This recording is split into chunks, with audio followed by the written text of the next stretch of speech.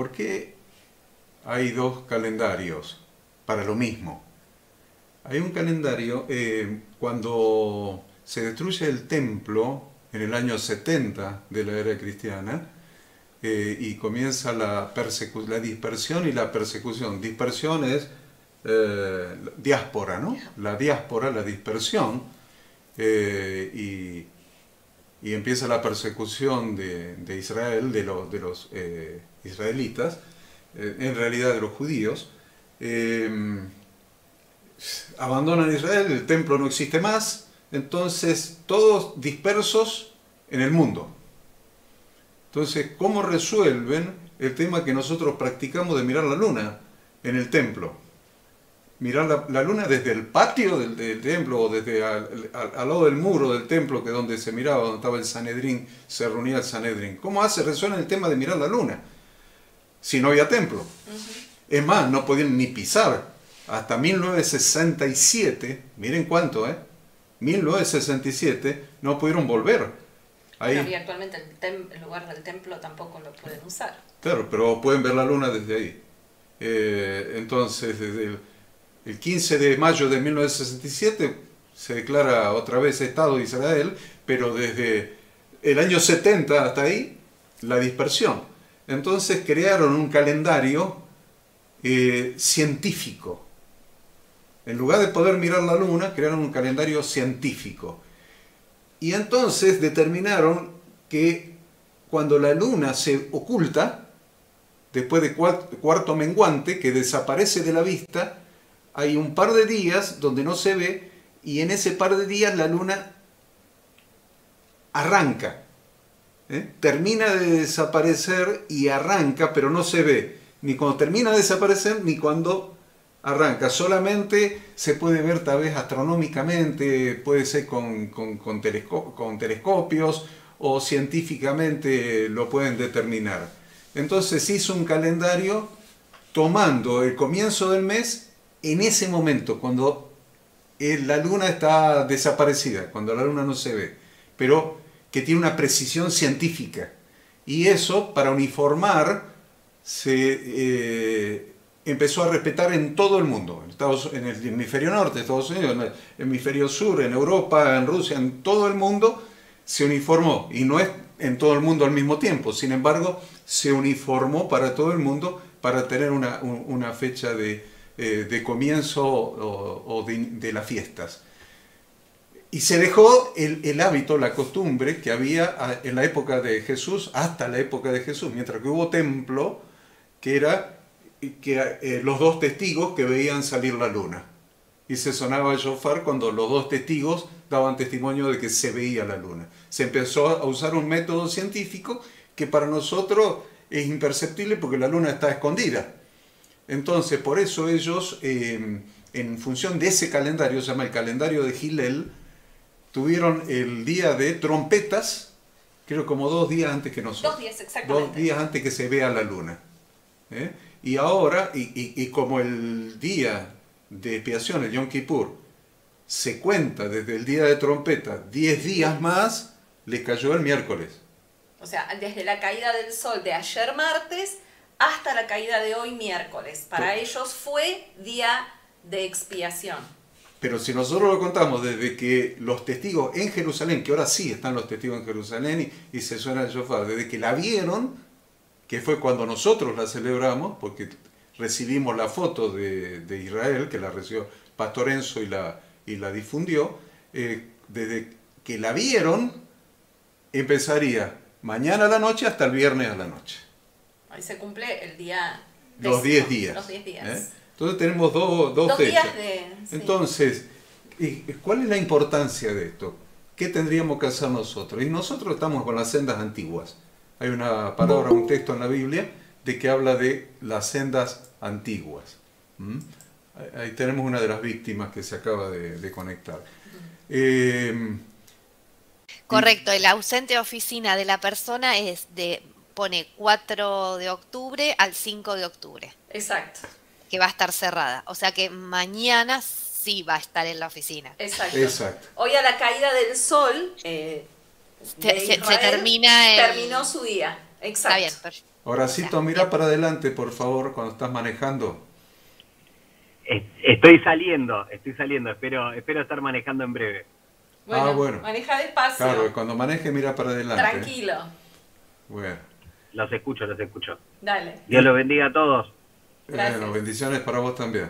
Maneja tranquilo y si querés desconectar la cámara, desconectar y escuchá nomás. Pero no te desconcentres cuando manejas porque viven ahí en un laberinto. Buenos Aires. Embotellamiento Sí, es un permanente. laberinto. Bueno, el Señor tenga misericordia de ustedes.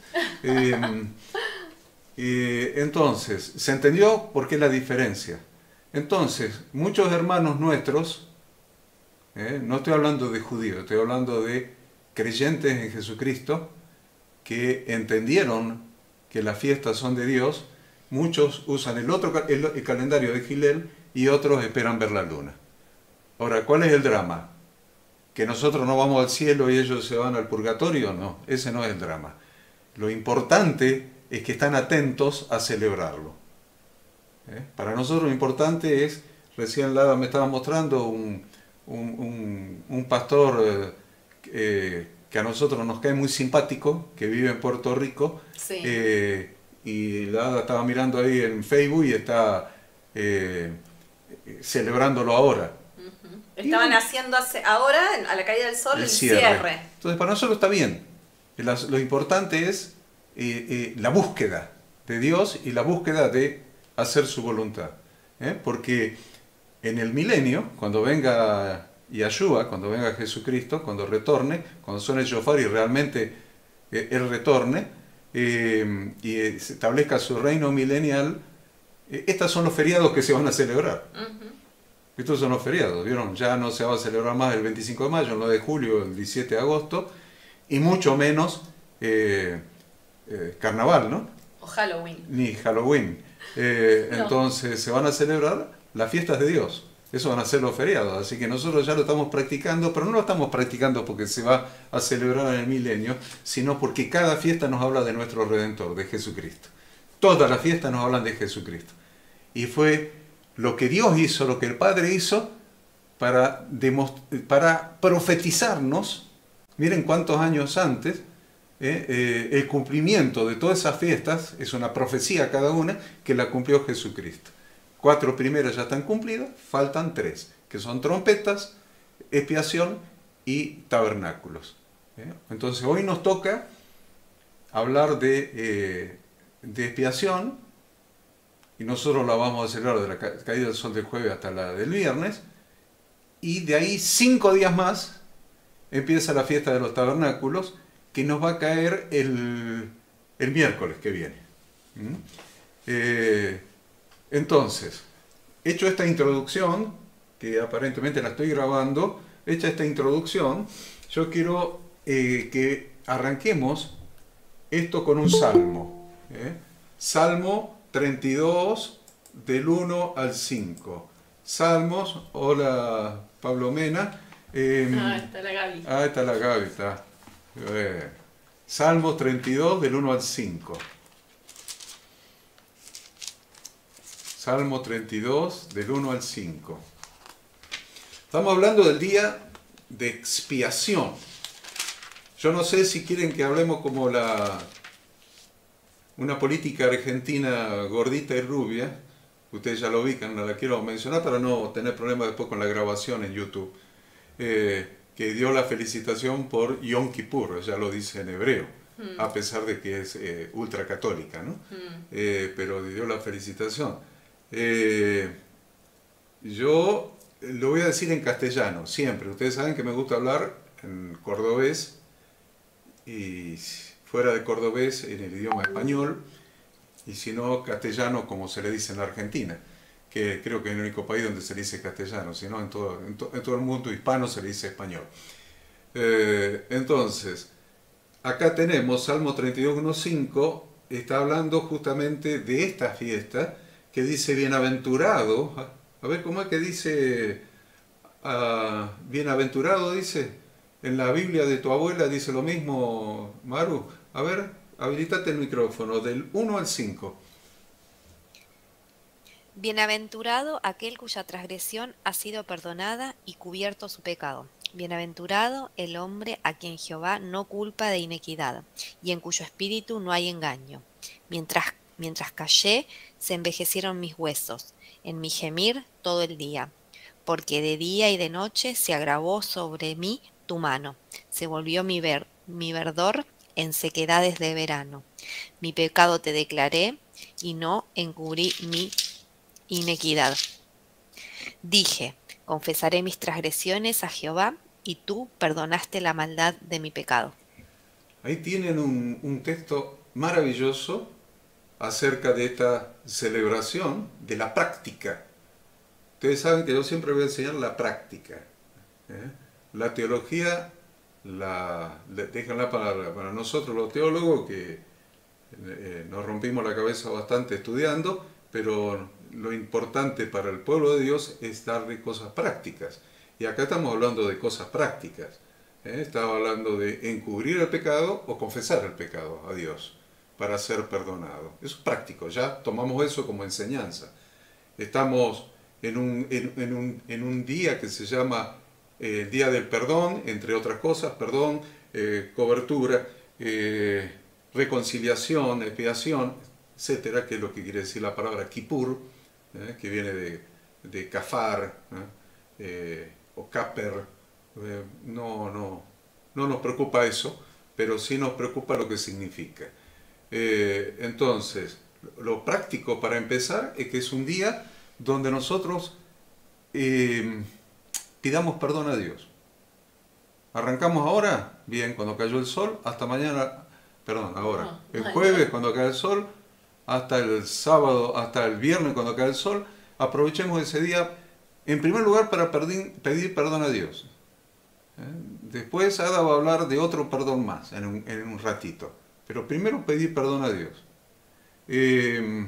Entonces, si quieren ver bien cómo Dios establece esta fiesta, lo van a ver en Levítico capítulo 16.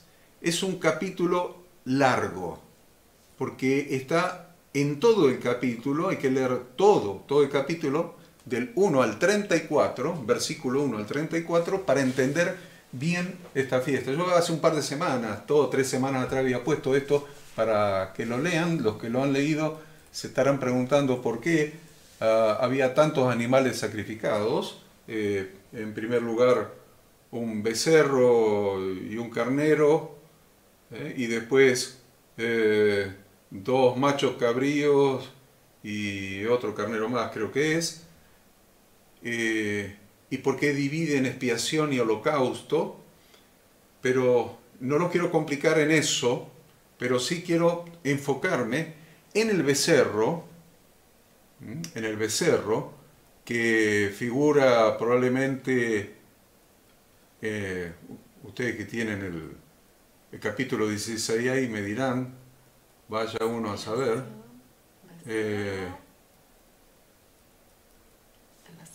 El becerro lo menciona el versículo 11, pero antes lo hace traer en el 3. En el 3, en el versículo 3, cuando trae el becerro para expiación y un carnero para holocausto. A nosotros, como es día de expiación, nos interesa el becerro nada más ahí. El becerro que trae Aarón. Y después le hace traer, en el 5, en el versículo 5, le hace traer 2 machos cabríos para expiación y un carnero para holocausto. Tomamos nada más que los 2 machos cabríos para expiación porque es el tema que les quiero sintetizar. Ya se me está yendo mucho el tiempo y quiero dejar que Lada explique lo que tiene preparado, pero lo concreto es, ya identificaron ustedes, ¿no? Un becerro para expiación lo trae Aarón y toma del pueblo 2 machos cabríos para expiación. Y tanto de él como del pueblo toma un carnero para holocausto. Pero nosotros tomamos lo que es para expiación. ¿Qué es lo que hace Aarón? Aarón era el sumo sacerdote. Hay un lugar del tabernáculo, nunca les enseñé el tabernáculo yo. No, se los debo. Lo primero que les voy a enseñar sobre los 10 mandamientos y más adelante, como dice Danielita, dentro de 4 o 5 años, el tabernáculo también. Pero el sumo sacerdote era el único que podía entrar al lugar santísimo del tabernáculo. En el lugar santísimo del tabernáculo es donde estaba el arca del pacto. El arca del pacto que arriba, adentro del arca del pacto, tenía las tablas de los 10 mandamientos, tenía un jarrito con maná del desierto, con el pan del cielo, y una vara que era la vara de la autoridad de Aarón que había reverdecido. Tenía un propiciatorio arriba. El propiciatorio era una bandejita de oro, y en las dos puntas tenía dos querubines que miraban hacia el propiciatorio. Miraban hacia el propiciatorio.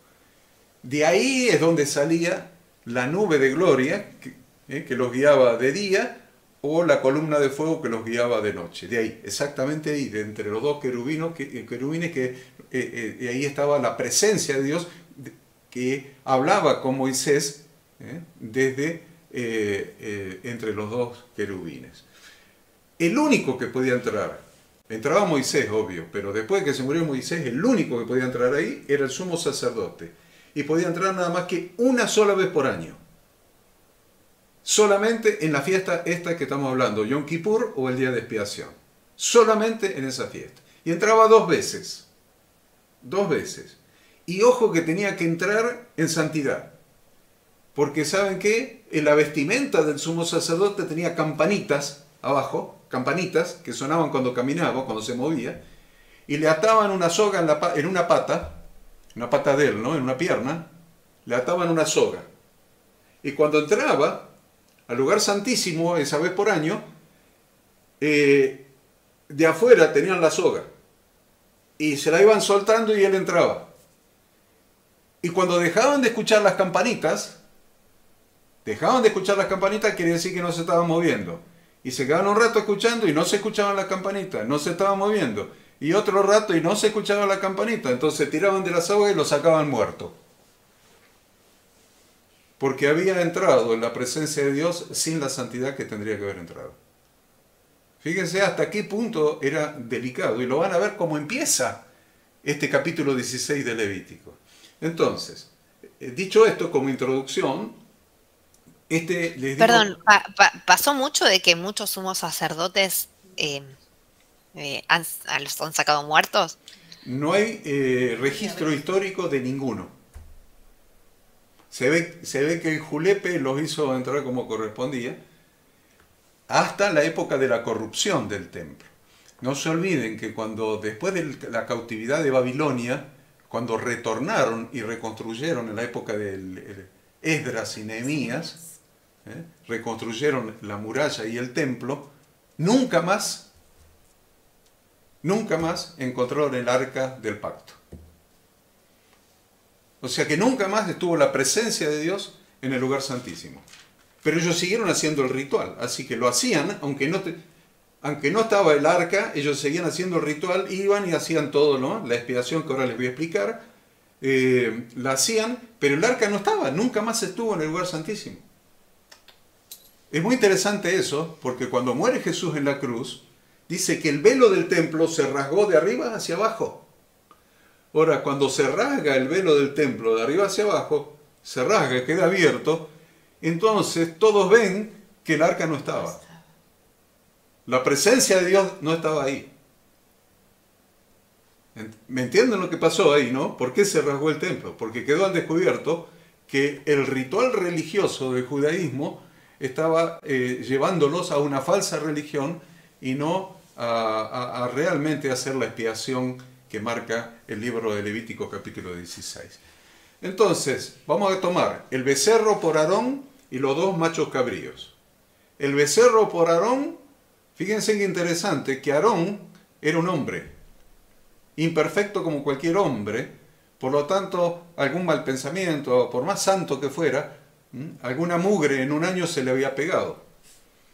Entonces, el primer sacrificio en el altar afuera, cuando se entra en el tabernáculo está el altar donde se sacrificaba el cordero pascual, por ejemplo, el cordero, o los corderos, ahí se sacrificaba el becerro, o sea, la vaquita, ahí en el altar, se tomaba un recipiente con la sangre, entraba el sumo sacerdote hasta el lugar santísimo, metía el dedo de la mano derecha en la sangre y salpicaba 7 veces sobre el propiciatorio con la sangre para expiar su propio pecado y el de su familia. ¿Tá? Lo primero que hacía, antes de poder ejercer con santidad por el pueblo, era expiar su propio pecado y el de su familia. Después se entendió que su familia eran todos los levitas. Pero es una interpretación, la Biblia dice por él y su familia. Pero después se entendió en la religión, en el judaísmo, que eran todos los levitas. Muy bien. Salía, y ahí hay un tema inexplicable para muchos, que es que se echaba suerte. Se agarraban los 2 machos cabríos, los 2 cabros, digamos, que eran del pueblo, se los traía al sumo sacerdote, y lo que hacía el sumo sacerdote era echar suerte sobre los 2 cabritos. Un cabrito, cuando le tocaba la suerte a un cabrito, era para Azazel. Van a leer el nombre Azazel, por ejemplo, en el versículo 8, en el versículo 10, también lo van a leer. De Levítico 16. De Levítico 16, Azazel. Levítico 10, en el 8 van a encontrar ese nombre, Azazel, y en el 10 2 veces van a encontrar el nombre de Azazel. Entonces, uno de los machos cabríos que le tocaba la suerte de él ser para Azazel, y el otro, dice ahí, era para Yahweh, para Jehová, para Yahweh. Ya tenemos definido un cabrito para Azazel, un cabrito para Jehová. Agarraba el cabrito que era para Jehová, lo llevaba al altar, lo sacrificaba, juntaba la sangre y entraba en el lugar santísimo y hacía expiación por el santuario, o sea, por el tabernáculo. ¿Por qué por el tabernáculo y no por la gente? Porque el pecado del pueblo manchaba, hacía impuro en realidad, impurificaba el tabernáculo. Entonces expiaba por el tabernáculo. Salía y agarraba al otro macho cabrío, que era para Azazel, le ataba un cordón rojo en los cuernos, ¿tac?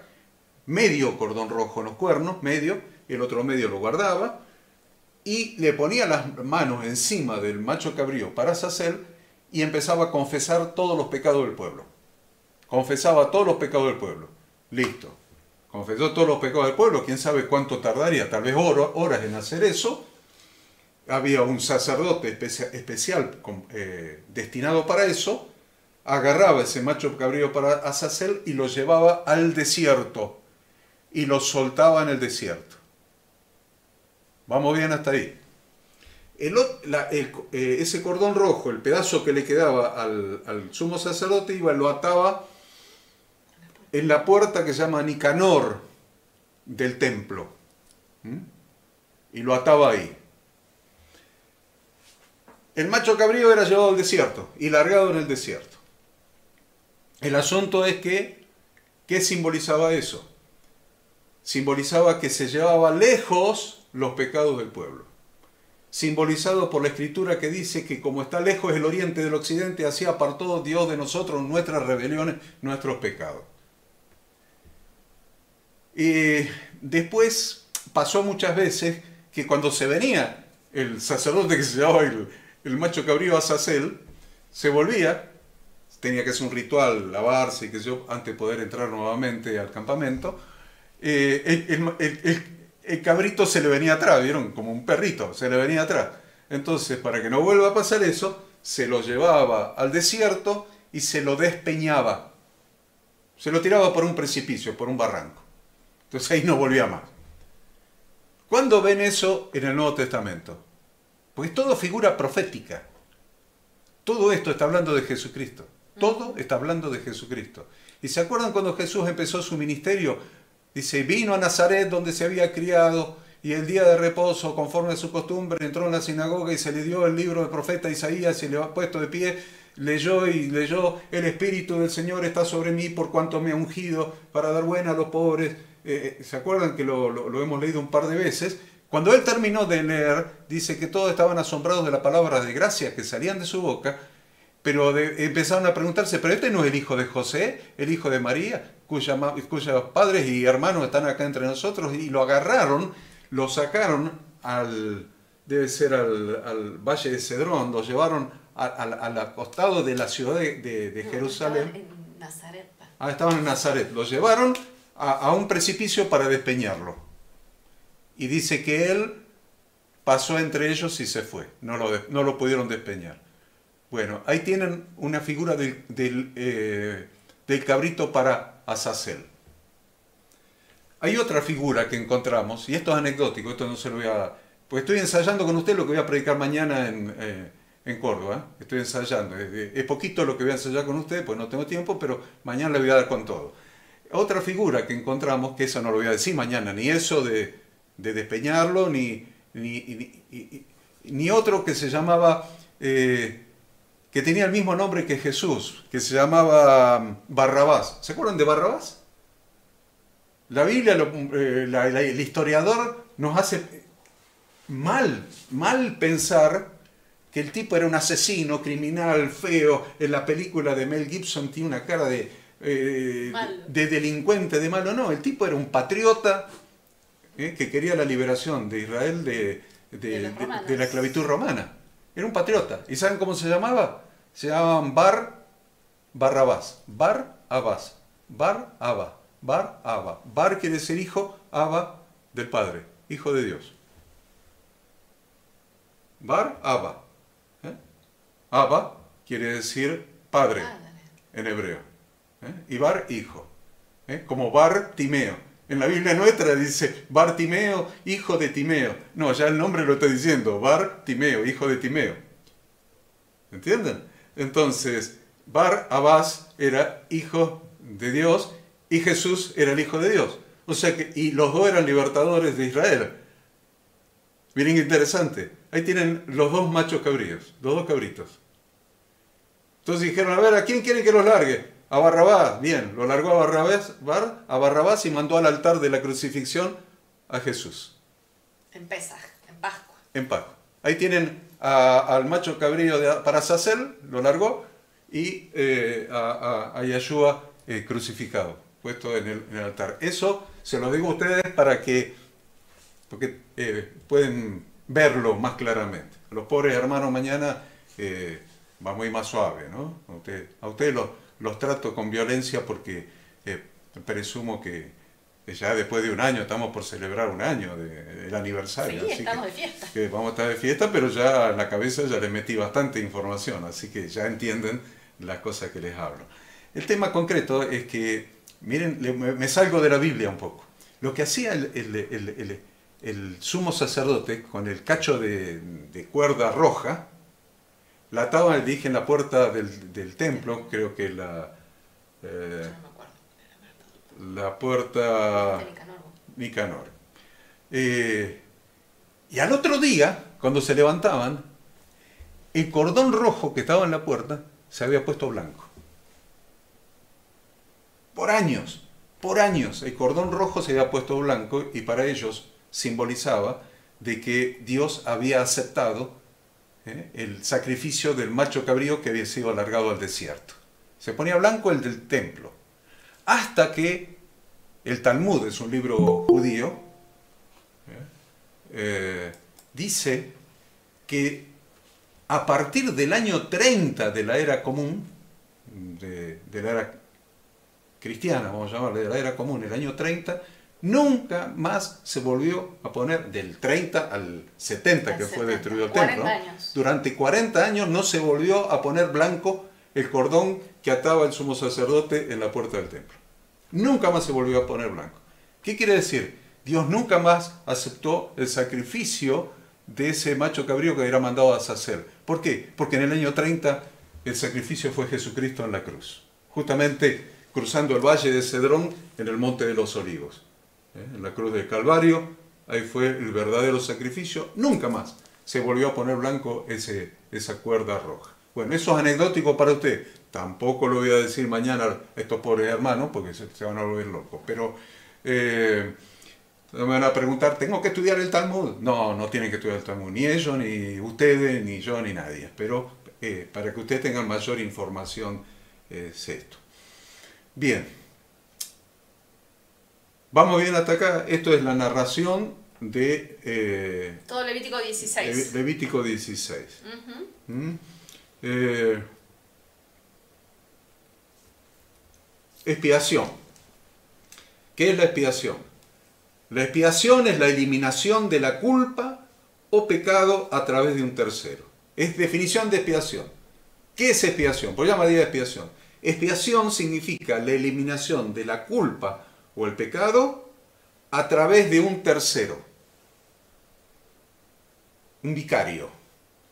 Un tercero que ocupa mi lugar para pagar la pena por el delito. Es como que alguien va al juez que dicta sentencia y dice la sentencia es la pena capital, si estuviéramos en Estados Unidos, la pena capital, y viene alguien y dice yo voy a pagar la pena capital, a mí mándenme a la silla eléctrica, por él yo lo sustituyo, un sustituto. Eso es el significado de expiación. Jesús ocupó nuestro lugar en el pago de la pena capital, porque la paga del pecado es muerte, más la dádiva de Dios es vida eterna en Cristo Jesús, Señor nuestro. Entonces, eso significa expiación, la sustitución o la eliminación de la culpa o pecado a través de un tercero. El sujeto culpable queda absuelto de cualquier pena por medio, en este caso, de un animal, que era el macho cabrío, o de otra persona que cumple ese proceso sacrificial que fue el caso de Jesucristo. Bien.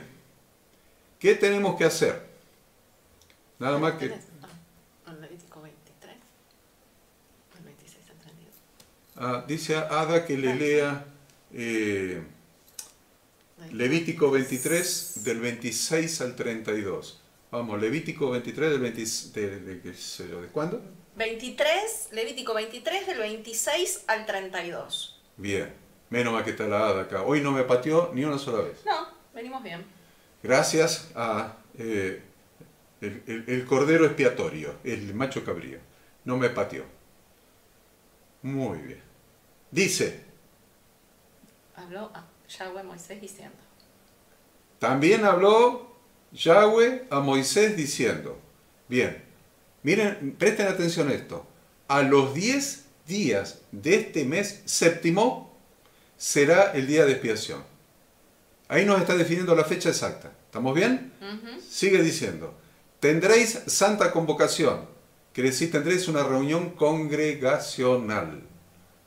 A ver si nuestros potenciales pastores ahí de la comunidad del aire, ya para el próximo Yom Kippur tengamos una santa convocación, una congregación, hayan evangelizado medio Escobar, Garín, Magui, hasta Tigre. Le damos hasta Tigre. Bien. Entonces, ¿qué dice que tendrán? Una santa convocación. Cada vez que en la Biblia ven santa convocación es reunión congregacional, que se reúnen los hermanos, el pueblo, en ese caso era el pueblo. Y afligiréis vuestras almas, dice, ¿no es cierto? Afligiréis vuestras almas quiere decir, es como que estuviera escrito para las mujeres, ¿viste? La peor aflicción del alma de las mujeres es el ayuno. Cuando la Biblia dice afligiréis vuestras almas es ayuno. Afligiréis vuestras almas. Es un día de ayuno. Bien. Ya tenemos cosas para hacer. Ya tenemos. Tendréis santa convocación, reunión de los hermanos. Segundo, afligiréis vuestras almas. Es un día de ayuno. y ofreceréis ofrenda encendida a Yahweh. Ya sabemos que la ofrenda somos nosotros. Y dice, es día de reposo, o sea, ningún trabajo haréis en este día, porque es día de expiación para reconciliar, ahí está la palabra, reconciliaros delante de Yahweh vuestro Dios. Porque toda persona que no se afligiere en ese mismo día, será cortado de su pueblo. No hay ni un solo israelita que no haga ayuno ese día, por este texto que acabo de leer. El que no afligiere ese día será cortado de su pueblo. Sí, sí, literalmente el día en Israel, el país se para, literalmente. Bien, el 32, miren. Día de reposo será a vosotros y afligiréis vuestras almas, comenzando a los 9 días del mes en la tarde, de tarde en tarde guardaréis vuestro reposo. O sea, desde el anochecer del día 9 al anochecer del día 10 del mes séptimo. Bien. ¿Qué otra cosa les puedo decir que sea básico? El tema de Azazel, una vez Jesús en Lucas 11:24 dijo, cuando el espíritu inmundo sale del hombre anda por lugares secos buscando reposo y no hallándolo dice, volveré a mi casa donde salí. Bueno, es lo que está diciendo Jesús es que los demonios habitan en el desierto, ahí donde se mandaba al macho cabrío Azazel. Es como que le mandaban al autor del pecado, le mandaban los pecados del pueblo. Eso esa es la simbología. Una simbología que mismo usó Jesús, que dice, cuando el espíritu inmundo sale del hombre, anda por lugares secos buscando reposo. ¿Sí? Bien. Lo único que les quiero decir, y esto es muy importante, el cuerpo, en Levítico 16, del 27 y 28, el cuerpo, tanto del becerro para expiación del sumo sacerdote, como el macho cabrío que se sacrificaba en el altar, después era sacado afuera del campamento y era quemado a fuego completo, con piel, con todo, como estaba. Es un símbolo de Jesucristo que sufrió fuera del campamento. Eso lo van a encontrar en Hebreos, capítulo 13, del 11 al 14.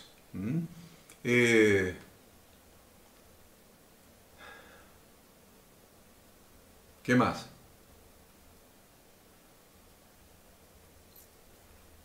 Listo.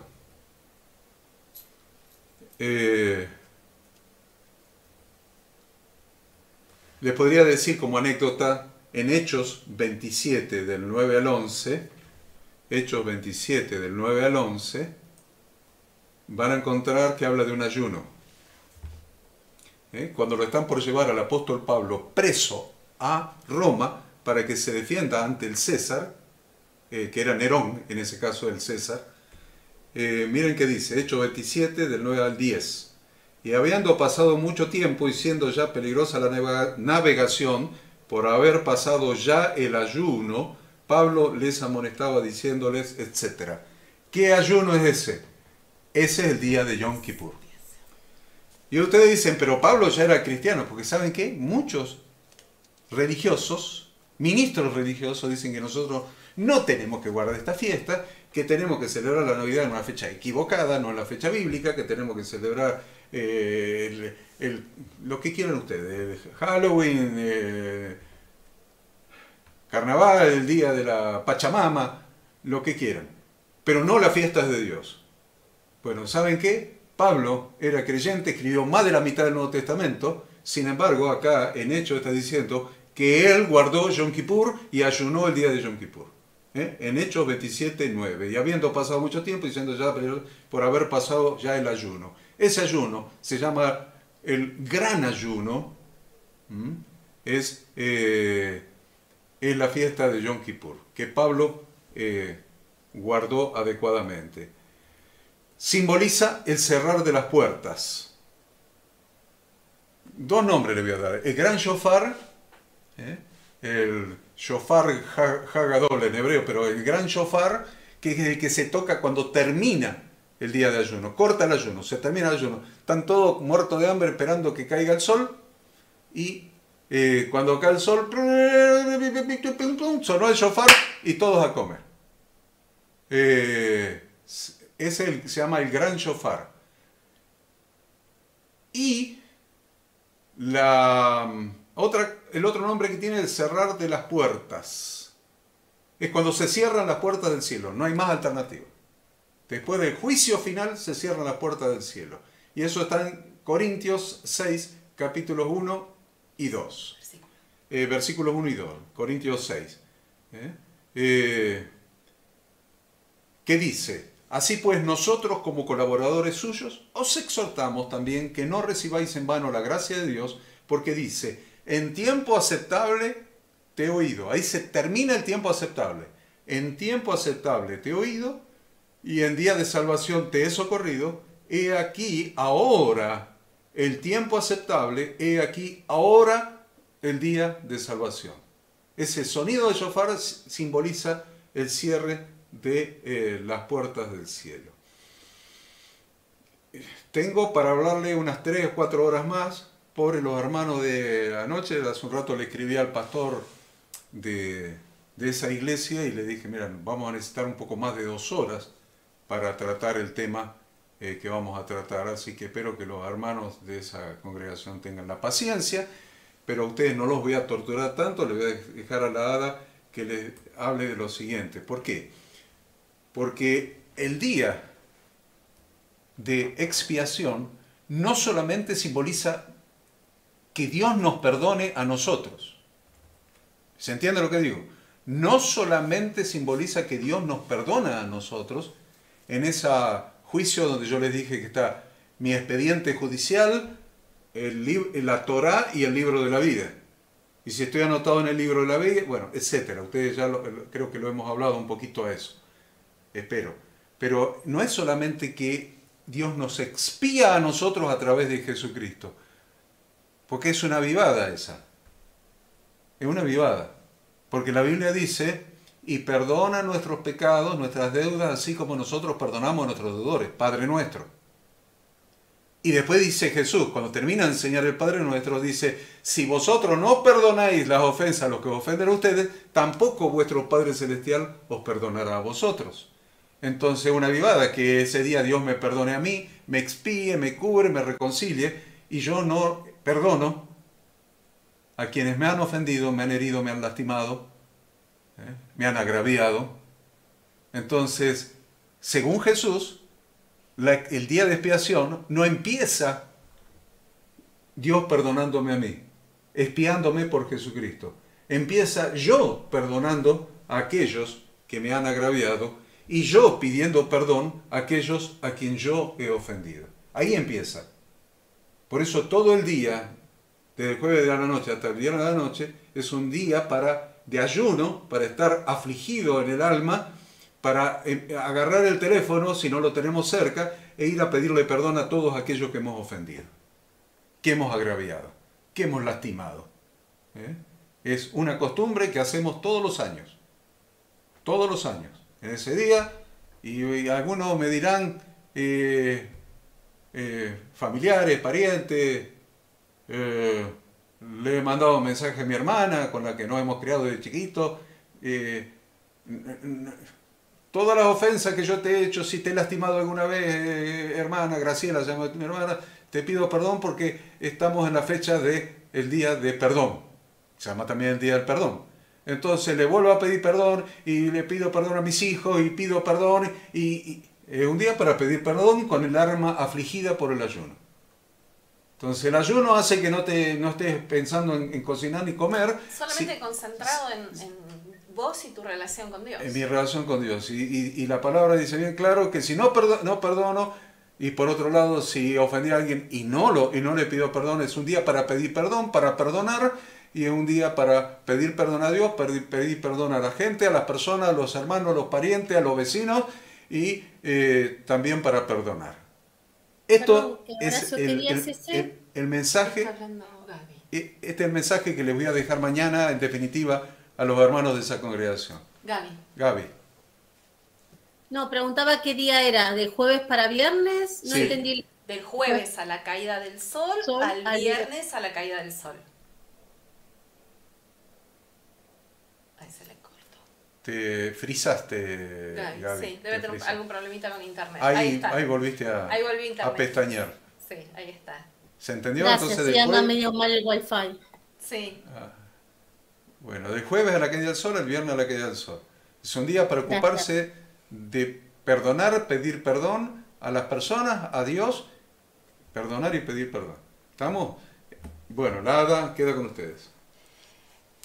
Ustedes se acuerdan que en uno de nuestros encuentros habíamos estado desarrollando el tema de perdonar, pedir perdón y reconciliación, hablamos un poquito, ¿sí? No lo vamos a repetir todo ahora. Habíamos definido perdonar, que era un acto unilateral, voluntario, perfectamente alineado a la voluntad de Dios.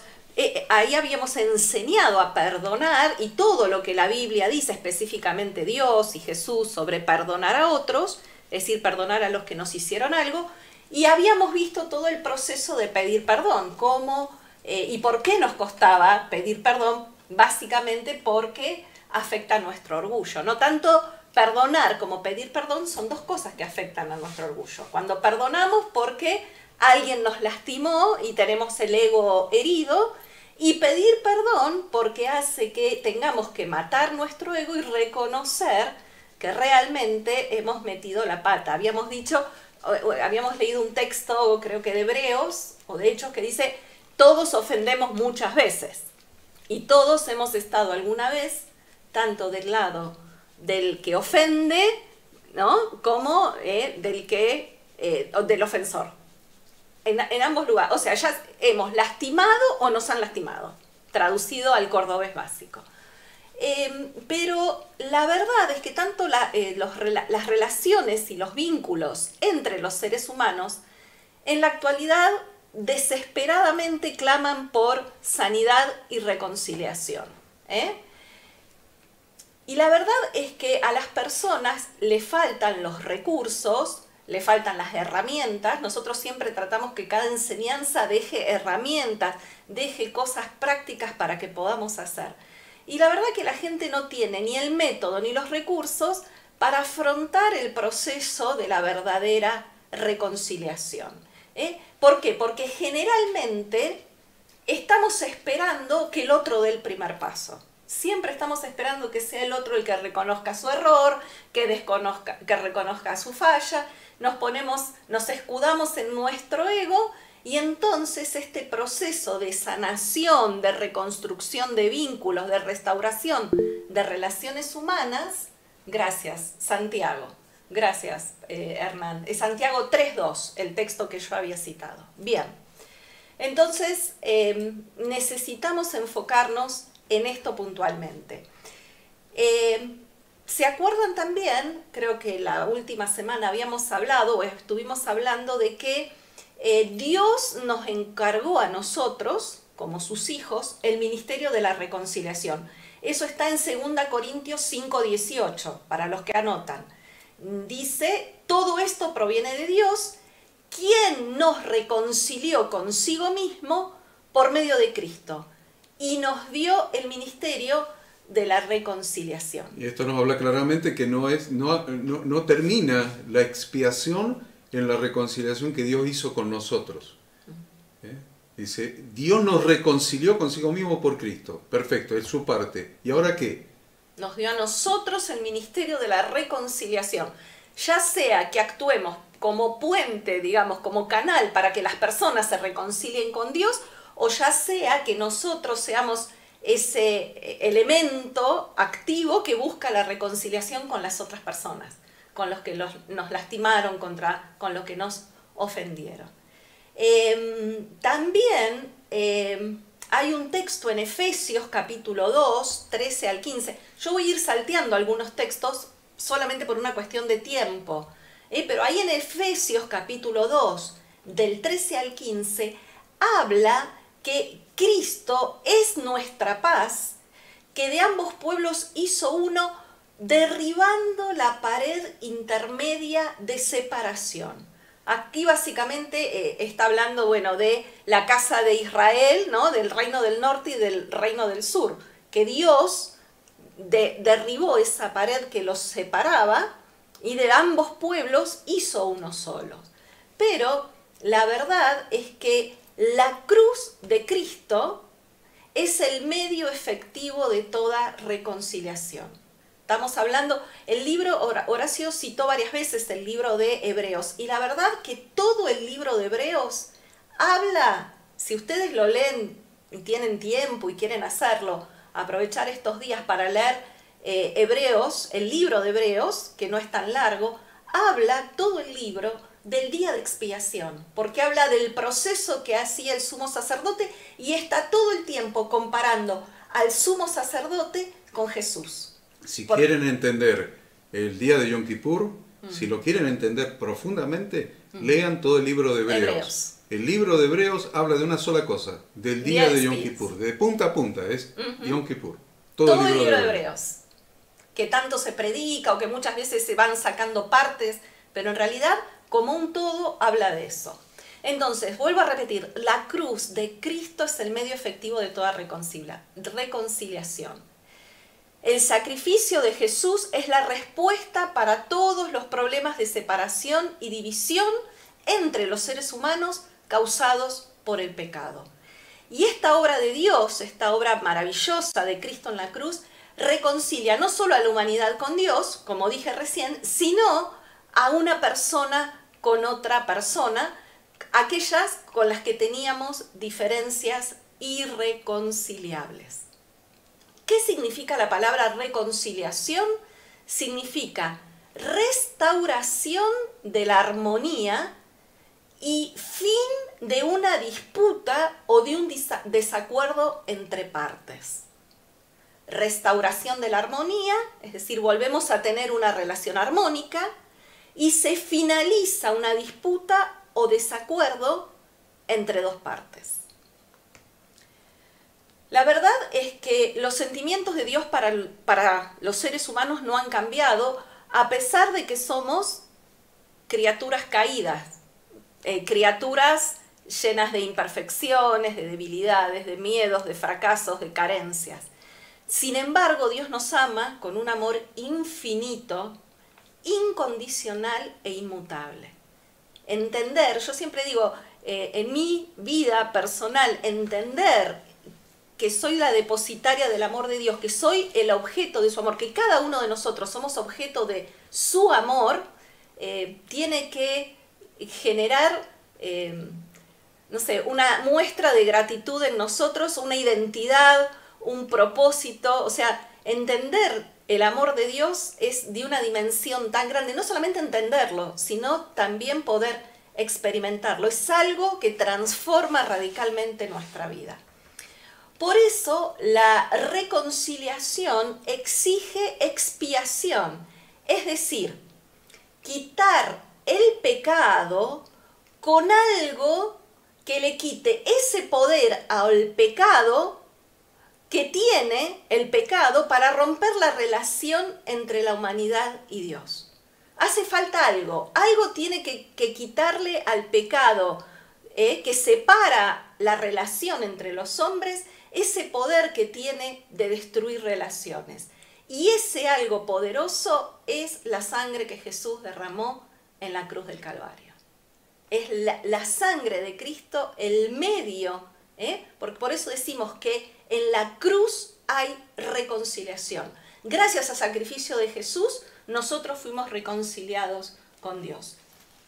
La reconciliación requirió la encarnación de Jesús, es decir, que se hiciera perfectamente humano, portando en su cuerpo todas nuestras debilidades. Eso lo dice justamente el libro de Hebreos, el libro que decimos que todo él habla de expiación. Hebreos 4, del 14 al 16 dice: por tanto, teniendo un gran sumo sacerdote, ahí lo tenemos, el sumo sacerdote Yahshua, que traspasó los cielos, Jesús, el Hijo de Dios, retengamos nuestra profesión, porque no tenemos un sumo sacerdote que no pueda compadecerse de nuestras debilidades, sino que tenemos uno, es Jesús, que fue tentado en todo, según nuestra semejanza, pero sin pecado. Acerquémonos pues confiadamente al trono de la gracia para alcanzar misericordia y hallar gracia para el oportuno socorro. Vuelvo a repetir, Hebreos 4, del 14 al 16. Es justamente, como vemos en Marcos 14, 36, Jesús dice: Abba Padre, todas las cosas son posibles para ti. Aparta de mí esta copa, mas que no sea lo que yo quiero, sino lo que vos querés. En ese momento, cuando Jesús estaba por ir a la cruz, Él dice estas palabras. En ese momento de terrible sufrimiento, agonía de Jesús, Él estaba no solamente luchando contra su propia voluntad, obviamente no era su gran deseo ir a la cruz, sino que Él en ese momento también, en ese momento, en ese monte, cuando Él luchaba y le decía a Dios: no quiero ir, pero que no sea mi voluntad, sino que sea tu voluntad. Jesús estaba luchando contra su con esa voluntad, pero también estaba luchando simbólicamente o concretamente en su humanidad semejante a la de nosotros. Estaba encarnando y venciendo esa voluntad carnal nuestra, que hace que siempre querramos estar a la defensiva, que hace que siempre defendamos nuestro ego, que hace que siempre queramos tener razón, que hace que nos sintamos ofendidos en nuestro amor propio. Entonces tratamos de esconder nuestras miserias, nuestros miedos. En definitiva, somos perfectamente humanos, pero esa humanidad pecaminosa, justamente de querer siempre tener razón, de sentirnos ofendidos, de sentirnos que nos hirieron, de sentirnos que el otro nos lastimó, hace que nos separemos de nuestro prójimo, hace que seamos capaces de distanciarnos de personas que inclusive muchas veces son muy importantes. Por eso vemos padres e hijos enojados, hijos con padres que por años no se hablan, hermanos de sangre que se dejan de hablar, vemos, no sé, hermanos en las congregaciones, dentro mismo de las congregaciones o de las iglesias, cuántos hermanos enojados con unos con otros, o pastores enojados con miembros, o miembros enojados con pastores. Y la verdad que todo eso es nada más y nada menos que expresión de nuestra más baja humanidad, de nuestro terrible ego, que hace que seamos capaces de romper relaciones y vínculos significativos para nosotros. Entonces, ¿cómo damos el paso para reconciliar estas luchas y estas divisiones humanas? ¿Cómo lo hacemos? Porque está bien, todo el tiempo decimos debemos perdonar, debemos pedir perdón, pero hay algo más.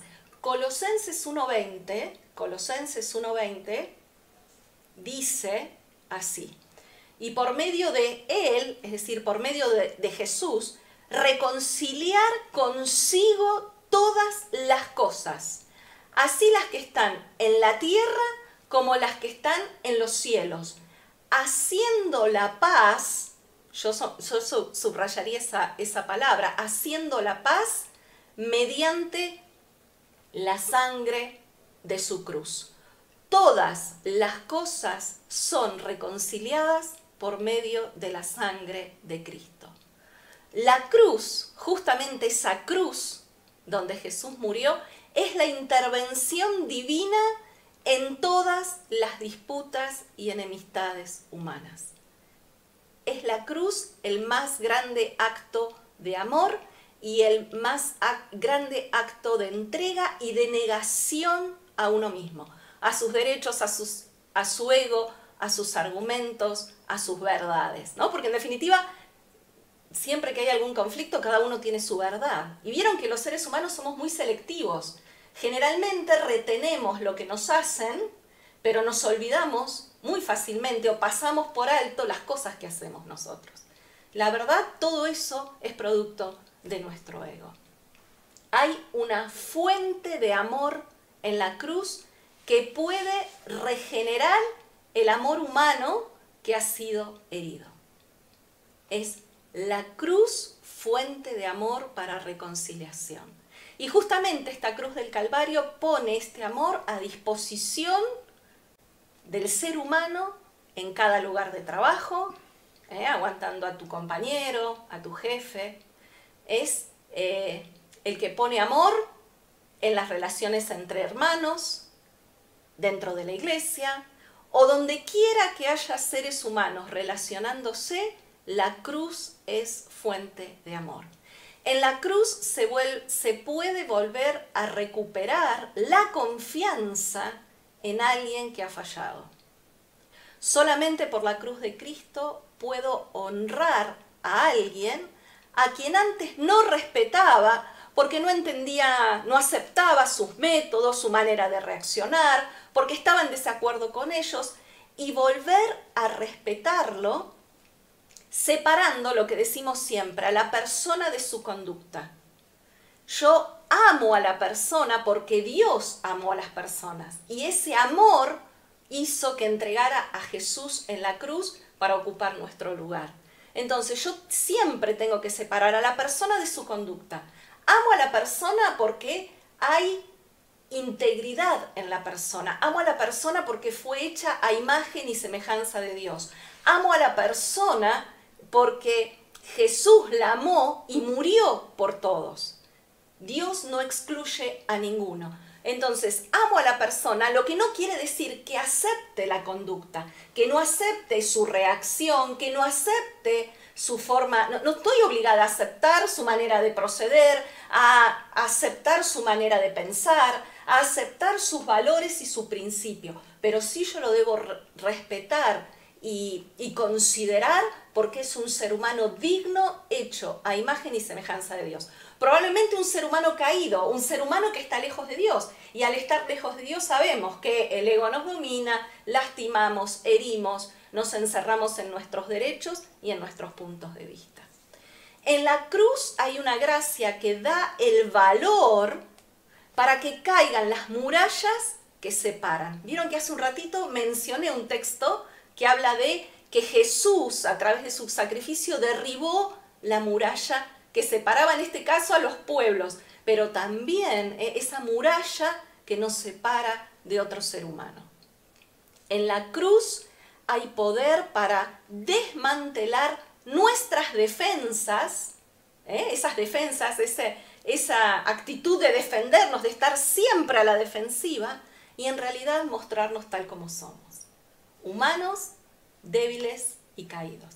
La cruz posee todos los recursos, en la cruz están todos los recursos para entendernos los unos a los otros, a pesar de todas las vallas que nuestro comportamiento humano levanta para impedir la comunicación sana y la armonía en el vínculo con otros. Entonces, lo que es importante, y hablamos de todo esto para llegar a este punto que voy a mencionar ahora, y es entender cómo reconcilia a Dios. ¿Cuál es el proceso de reconciliación que Dios usa con cada uno de nosotros? ¿Y por qué la mayoría de las veces fallamos en reconciliarnos con otras personas?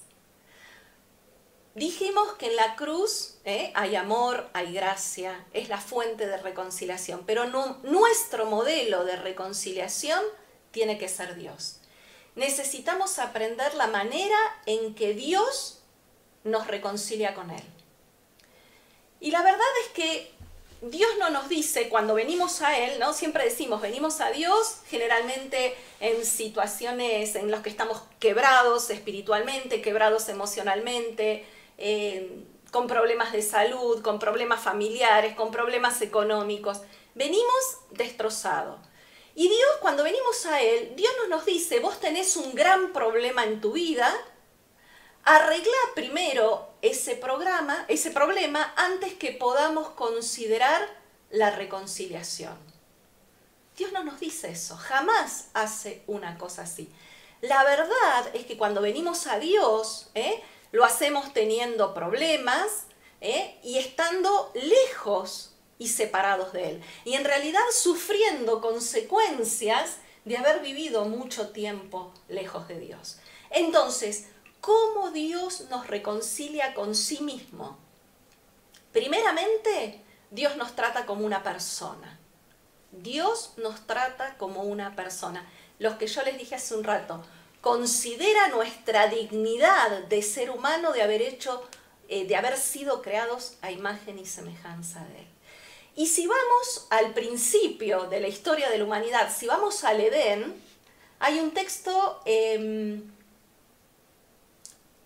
no lo puse acá en Génesis, pero cuando Adán peca, ¿sí? Allá en el Edén, Dios no le dijo a Adán, ¿qué hiciste, Adán? ¿Qué hiciste? Ven y contame qué hiciste. Dios no le dijo, ¿qué hiciste? ¿Qué le preguntó Dios? Dios le preguntó, ¿dónde estás tú, Adán? ¿Dónde estás? ¿Dónde te metiste? Hasta ayer caminábamos todas las tardes o todo el tiempo y conversábamos y éramos amigos y teníamos una relación entrañable y yo no podía vivir sin vos, gracias, y vos no podías vivir sin mí, esta relación entrañable de amistad. Génesis 3:9 nos dice Hernán. Dios le dice a Adán, no le dice ¿qué hiciste? No le dice ¿por qué hiciste lo que hiciste? Dios le dice ¿dónde estás, Adán?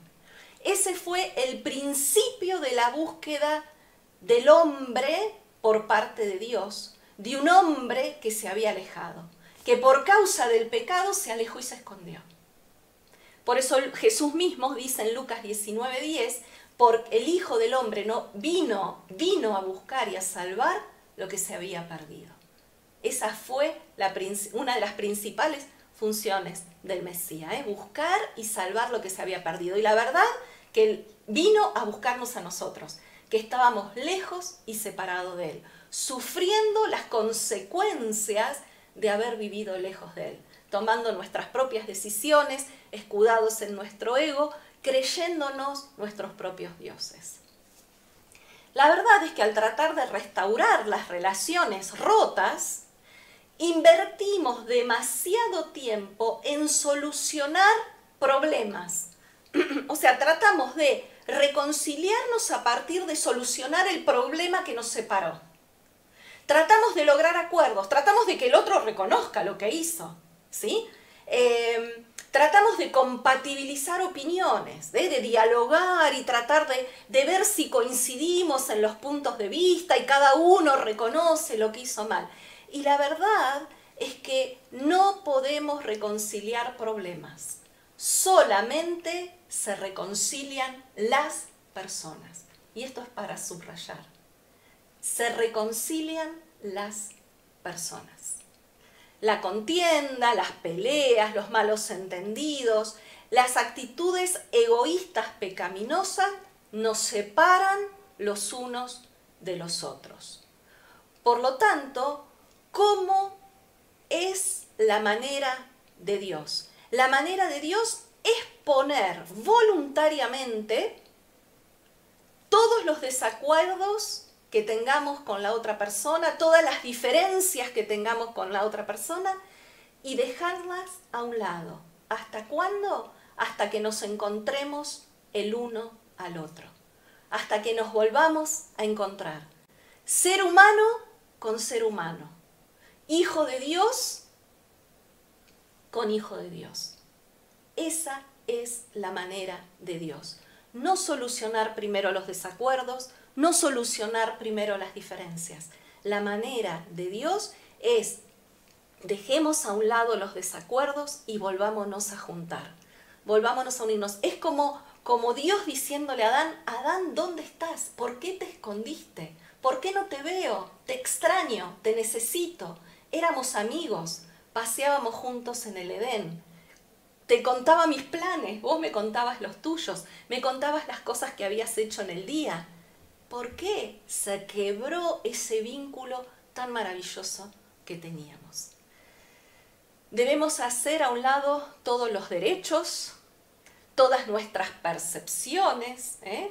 Hay una charla que yo tengo que habla de las percepciones alteradas o las percepciones alteradas o deformadas, cómo nuestros puntos de vista y nuestras percepciones deformadas generan justamente ruptura con el otro, porque imaginamos cosas que el otro dice, que el otro no dice, imaginamos cosas que el otro piensa, que no está pensando, ¿bien? Entonces, dejar de un lado esos derechos que creemos tener, esas razones que tanto defendemos, las interpretaciones, las presuposiciones, primero debemos reconciliarnos. Porque así hizo Dios con nosotros. Dios vino a nosotros y nos dijo, yo te amo, te busco, te necesito y te extraño. No puedo soportar que estés lejos de mí. Y como no puedo soportar que estés lejos de mí, voy a propiciar a mi hijo, voy a entregar a mi hijo para que Él pague el precio, porque la paga del pecado es muerte, y Él pagó el precio que cada uno de nosotros teníamos que pagar. Dios es perseverante e incansable para resolver problemas, pero solamente Dios va a solucionar esos problemas que nos dividieron después que las personas se han reconciliado y no antes. Resolver los problemas es el resultado de la reconciliación y no el medio para ella. No es que nos reconciliamos porque solucionamos los problemas, porque solucionamos las diferencias. No. Resolver los problemas va a venir como resultado de haberme reconciliado con aquel cuyo vínculo tengo roto. En definitiva, depende de la gracia de Dios, que es incondicional. Si Él de gracia nos perdonó, nosotros de gracia debemos perdonar y buscar la reconciliación. La verdad es que la verdadera reconciliación solamente obra basada en la gracia. La misma gracia que Dios aplicó, no sé si ustedes leyeron hoy a la tarde, el pastor David compartió un texto acerca del Día del Perdón y citó una parábola que Jesús contó, esa parábola donde a una persona le debía a otra, y justamente uno de ellos decide no perdonar, lo poco que le debían decide no perdonar. Sin embargo, él había recibido el perdón de todo aquello que él debía. Entonces, es gracia. Ahí decía eso que compartió el pastor David, que nosotros seamos Cristo para otros. Es decir, ¿qué quiere decir eso? Que esa gracia que Jesús aplicó con nosotros, nosotros la apliquemos a los demás. Gracia es hacer lo bueno el uno al otro sin condiciones. Gracia es querer la reconciliación sin ningún tipo de exigencia previa. Quiero volver a restaurar mi relación con vos. Mamá, papá, hermano, hermana, tío, primo, compañero, amigo, porque sos importante para mí, porque mi vínculo con vos es importante. Yo quiero reconciliarme con vos. Después que nos reconciliemos, trataremos, con la ayuda de Dios, de resolver cada uno su culpabilidad, cada uno la parte que le corresponda por haber obrado mal. Jesús dijo, nadie tiene mayor amor que este, que uno ponga su vida por sus amigos. Jesús dio su vida por nosotros, que éramos sus enemigos. Éramos sus enemigos. Y Él dio su vida por nosotros. Y ese sacrificio nos transformó en sus amigos.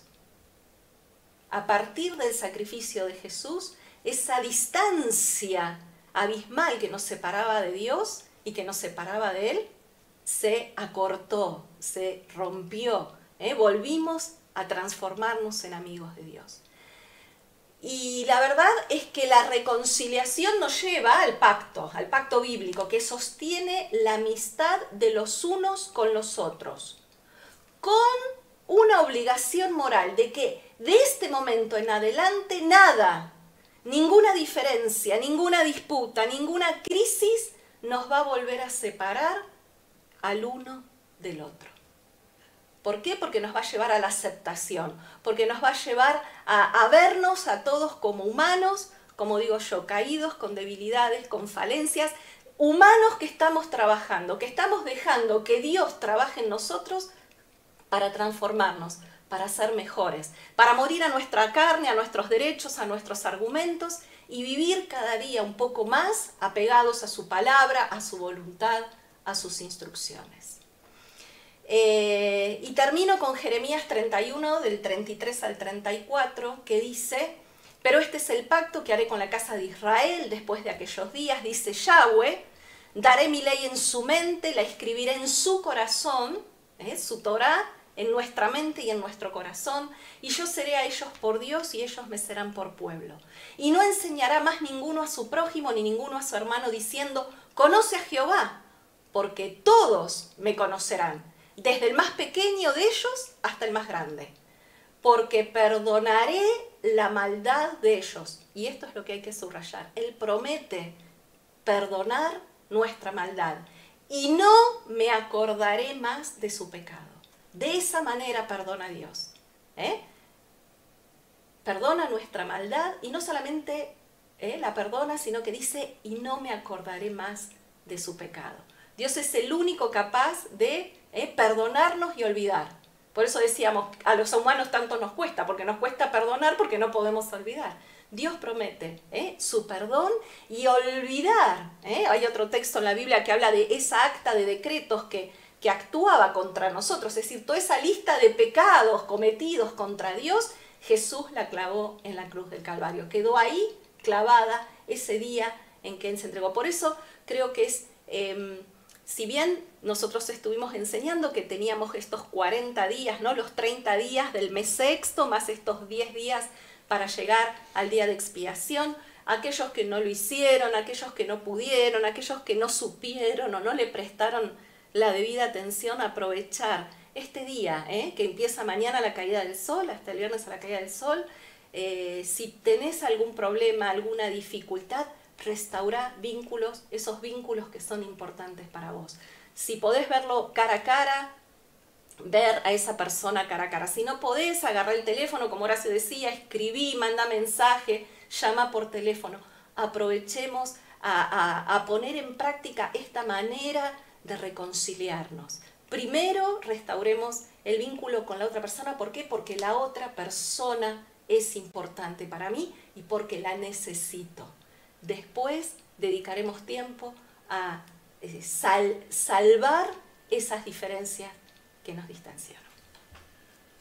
Bueno, muchas gracias, Ada. El tema creo que ha quedado lo suficientemente claro. Y nos da una practicidad, nos da cosas para hacer en un día, que es un día de reposo, un día de ayuno, etc., pero que no es un día de reposo para descansar, sino como cada uno de los días de reposo, tanto el séptimo día como cada una de las fiestas de Dios, es para hacer algo. Es para hacer algo. Y esta fiesta, que es el día de la expiación, de la reconciliación, de la cobertura, del perdón. Ahí Hernán pone Colosenses 2:14, que se anula el acta por la expiación de Jesús. Realmente aprovechémosla para eso. En este primer año que ustedes lo están haciendo, y sanemos. Es la primera vez que lo empezamos a hacer. Sanemos. Y el año que viene lo vamos a repetir. Y ustedes dicen, pero que le voy a pedir perdón a la misma gente. Sí, por supuesto. Sí, o nuevas, otras. Ojalá no haya otras. O personas que en este momento no tuvimos en cuenta y que el Espíritu Santo nos va a ir mostrando a través de todo el año y de toda la preparación, pero aprovechemos a hacerlo. Es necesario. Bueno, este es el Evangelio práctico que no nos habían enseñado en las iglesias, pero que sí enseña la palabra de Dios. ¿Vieron cómo cambia cuando volvemos? Cuando volvemos al libro. ¿Cómo cambia cuando volvemos al libro, no? Que nos salimos de la religión de hombres y volvemos al libro, a la palabra de Dios. ¿Cómo cambia? Bueno, acá tienen cosas que surgen de la palabra de Dios. En definitiva, es dejar de hacer las cosas a nuestra manera y empezar a hacer las cosas a la manera de Dios. Y la reconciliación debemos hacerla a la manera de Dios. Bien. Vamos a darle lugar a la Dani para que nos cuente Su su testimonio. testimonio. No nos olvidamos, estamos esperando, expectantes. Así que Dani, cuando quieras, puedes activar el micrófono. Ahí viene, ahí viene. Ahí viene. Bien, Dani. Qué bueno. Hola, Hola, Bella. perdón. Me fui a escuchar a la habitación así reposado mi cuerpo un ratito. Testimonio. Bueno, o sea, para mí es chiquito, pero ellos dicen que es grande. A mí me causa mucha felicidad y como esa liviandad en mi corazón. Y es que el Shabbat pasado de Yom Teruah, unos días antes hablé con mi jefa para pedirle el día y estaba muy nerviosa, a mí me pone muy nerviosa así pedir algo, y, y me lo aceptó sin ningún problema. Me dijo, pero sí, por supuesto, pero te corresponde si es un día religioso para vos, porque bueno, ellos le dicen día religioso porque Ujú. tienen que encasillar en una religión. Así que me dijo que sí, cosa que me puse muy contenta, se lo agradecí, le dije que tenía como más livianito mi corazón. Eh, Pasamos un día hermoso, estaba muy feliz de poder estar festejando el día y cumpliendo el hecho de no estar trabajando, porque el anterior año que había caído alguna de las fiestas días de semana, no los había pedido ni siquiera, porque me daba cosa, no sé, por si me dijeran que no, no sé por qué, pero muchas veces a veces es más difícil pedirlo, aunque ya tenés el no, que por ahí la respuesta del otro. Y antes de ayer, el martes, tuve reunión de nuevo con mi jefa y le pedí los próximos 2 miércoles, que son, bueno, el primer día de tabernáculos y el último, que es el octavo, que también es Shabbat. Y me lo aceptó sin ningún problema, me dijo que los cargue, yo ya iba con el pensamiento de que, bueno, si no me los da como días religiosos, usar 2 días de las vacaciones, pero estaba segura que quería pedírmelos porque, nada, lo sentía y es como que me causa mucha felicidad poder ser parte y poder participar y estar 100% ese día abocada a eso y no con cosas del trabajo. Me lo aceptó sin ningún problema, me dijo que los cargue y que si desde el área de recursos humanos los rechazaba porque, no sé, porque fuera más de uno o dos o lo que fuere, que no había problema, que me los tome igual, que ella se hacía responsable. Buenísimo. Así que, nada, estoy súper feliz. Oh, me pone muy feliz eso. Bueno, gracias a Dios, Dios es fiel. Ujú. Y para el miércoles que viene, que empieza la fiesta de los tabernáculos, pero esa dura 7 días más uno, investiguen, investiguen, investiguen en la Biblia, si quieren en Google también, metan ahí, Sukkot o tabernáculos. ¿Vos podés explicar? Investiguen, yo el miércoles explico, pero ya va a estar empezado. Entonces, si ustedes investigaron un poco, vamos a ver qué significa. Porque cada fiesta es Jesucristo. Entonces, a ver, así podemos hasta mantener un diálogo más abierto. Bueno, no lo veo a Freddy, allá lo veo a Freddy. Obviamente, él sabe que ocupamos todo el tiempo, entonces dejó la guitarra. Pobre Freddy. Pobre Freddy, sí, ya son 9:07, pero bueno, había que terminarlo al tema. Y el tema nos pareció interesante, Freddy, principalmente lo que dijo Lada, lo que dije yo lo pueden leer en la Biblia, no hay drama, pero lo que enseñó Lada es la aplicación práctica. Así que le vamos a pedir a Freddy que nos ore, que nos bendiga. No sé si Junior quiere decir algo. Si Horacito, no sé si querrá decir algo, no sé dónde andará, si Ahí está. en una En el auto en está. una nave espacial, no sé dónde. A ver. Me acompañaron en el largo camino de Seiza a San Isidro. Generalmente me acompañan porque voy escuchando alguna de las charlas o alguno de los videos que suben, pero bueno, hoy me acompañó todo el grupo, así que me acompañaron en el largo viaje de Seiza a San Isidro y me pareció súper rotundo. O sea, no tengo más comentarios, más que súper rotundo, y qué lindo que es conocer a Dios desde este lugar, ¿no? Porque si uno va aplicando lo que tiene en estas citas especiales de Dios, cómo se simplifica la cosa, ¿no? Obligadamente tenés que pedir perdón, obligadamente tenés que perdonar. Entonces llega el momento donde ya no lo podés dejar pasar por alto. Tú no pasas un año teniendo las segundas charlas vos con vos mismo, diciendo, che, este piensa esto, tal cosa, sino que se resuelve mucho más sencilla en las relaciones humanas. Así que me parece igual un ejercicio recontra difícil el que planteaste, Ada. Lo voy a reescuchar porque implica renunciar a un montón de cosas que están a flor de piel, ¿no? Entonces, bueno, nada, es un recontra desafío. Y bueno, me parece que el mecanismo está buenísimo, ¿no? Pensar en Jesús y hacerlo a través de él. Así que bienvenido sea. Así que bueno, nada, le doy ahí el pase a mi amigo Freddy del Fordaluz para que ore. Y el 15 nos vamos a ver, vamos a tener tiempo para compartir, para comer algo y para abrazarnos, besarnos y poder profundizar más de esta relación y de esta comunidad. Bueno, gracias por la enseñanza. Nosotros vamos incorporando todo esto nuevo que hemos aprendido. Y bueno, yo creo que cuando estemos más empapados en este tema, que vayamos comprendiendo más las fiestas, que la vamos entendiendo, nos cuesta porque es incorporarlo como nuevo. Pero Dios es fiel y siempre está ahí guiándonos. Yo pensaba cuándo era el día de trompeta. Bueno, tenemos la guía que don Horacio siempre mandan las fotos, nos avisan.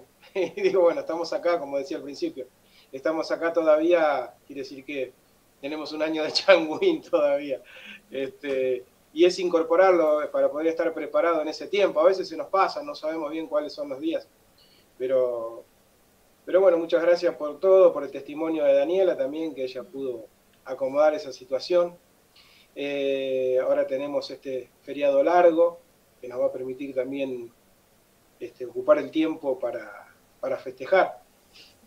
Así que bueno, Padre Santo, te damos gracias, Señor, en esta hora, Dios mío, por ese gran sacrificio en la cruz del Calvario, Dios, donde has entregado a tu Hijo, Señor. En el nombre de Jesucristo de Nazaret te damos gracias, Señor, por cada palabra que hemos aprendido, cada situación que hemos podido superar, Señor. Gracias por permitirnos y darnos esa oportunidad de sanar nuestros corazones, de restaurar relaciones humanas, Señor mío. Gracias, Señor, porque ese es tu mandato, Señor, que si nosotros no perdonamos, tú no nos perdonarías a nosotros, Señor. Esto es por tu gracia, Señor, que estamos aquí, por tu gran amor y por tu gran misericordia, Señor. Te damos gracias, Señor, porque has respondido oraciones en sanidad, Señor, en sanidad al corazón, Señor, a las relaciones, Dios mío. Gracias, Dios mío, en el nombre de Jesucristo de Nazaret, Señor. Yo bendigo la vida de mis hermanos, Señor, y pido tu bendición especial, Señor, para cada uno, Señor, de la comunidad de Fe del Aire, Señor. Este maravilloso grupo, Señor, que se ha formado, que cada miércoles estamos aquí aprendiendo, recibiendo de ti, Señor. En el nombre de Jesucristo de Nazaret, suple cada necesidad en la vida de mis hermanos, Señor. Que no falte pan en su mesa, Señor, en el nombre de Jesucristo de Nazaret, Dios mío. Que cada petición sea atendida, Señor, en el nombre de Jesucristo de Nazaret. Bendigo, Señor mío, la vida de don Horacio y de Ada, Señor, que nos guían, que nos acompañan, que nos dan consejos de sabiduría del cielo, Señor, en el nombre de Jesucristo de Nazaret. Gracias por los dones que le has dado a cada uno de mis hermanos, Señor, que los vamos conociendo cada vez más, Señor, en este pasar del tiempo, Señor, en el nombre de Jesucristo de Nazaret. Gracias por este tiempo maravilloso, Señor. En el nombre de Jesucristo de Nazaret ponemos todo en tus manos, nuestra familia, nuestros hijos, nuestra descendencia, nuestras pertenencias, Señor. Es todo tuyo, Dios, en el nombre de Jesús. Te damos gracias, en el nombre de Jesús. Amén. Amén. Amén. Amén. Gracias. Tengan en cuenta que estamos todos ahí conectados con el grupo de WhatsApp de Comunidad de Fe del Aire, cuando estén orando y reciban alguna palabra, algún texto, algo que nos pueda edificar mutuamente, no dejen de ponerlo, por favor. Si hay Amén. un texto, una palabra, el Espíritu Santo les da algo que nos pueda edificar al grupo, que le pueda venir bien a alguien que está pasando por algo, o lo que sea, por favor, publíquenlo, publiquen palabra porque nos hace bien, nos bendecimos unos a otros. Bueno, Amén. gracias por estar. Abra. Gracias. Nos vemos. Bendiciones a todos. Chao. Bendiciones. Gracias. Bendiciones. Beso. Hermano, gracias. Estamos viendo.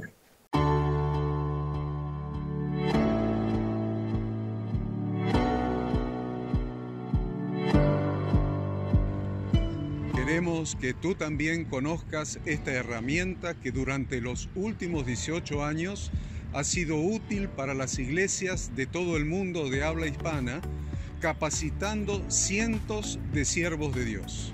Las formas de aprender están cambiando y Ministerio Bíblico Internacional, a través de su facultad bíblica, brinda programas de formación ministerial bíblica, teológica y práctica para la multiplicación y edificación de la iglesia 100% online. Respondiendo a las necesidades de hoy, para aquellos que no cuentan con la posibilidad de asistir a clases presenciales, donde quiera que estés, en todo lugar, recibirás el material de estudio y verás las clases en vivo y on demand, accediendo a través de tu celular, PC, tablet o Smart TV.